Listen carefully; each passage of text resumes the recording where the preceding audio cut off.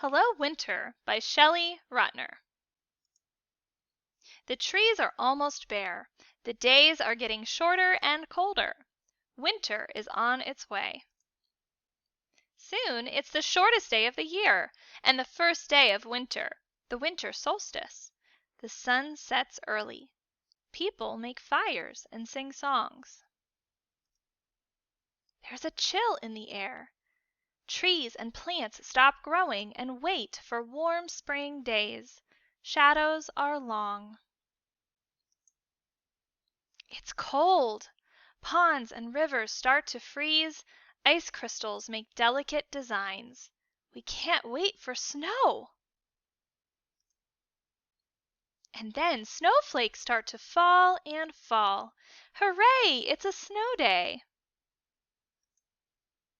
We bundle up mittens and hats, jackets and boots. We make snowballs, snow forts, and snow people. We sled and slide. We ski and skate. We snowshoe and snowboard. Frozen icicles hang. Beautiful ice patterns form. Hot chocolate and a fire keep us warm.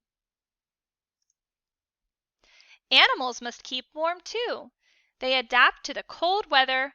Birds grow more feathers. Mammals grow more hair.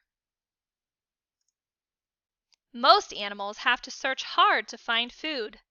They leave tracks in freshly fallen snow.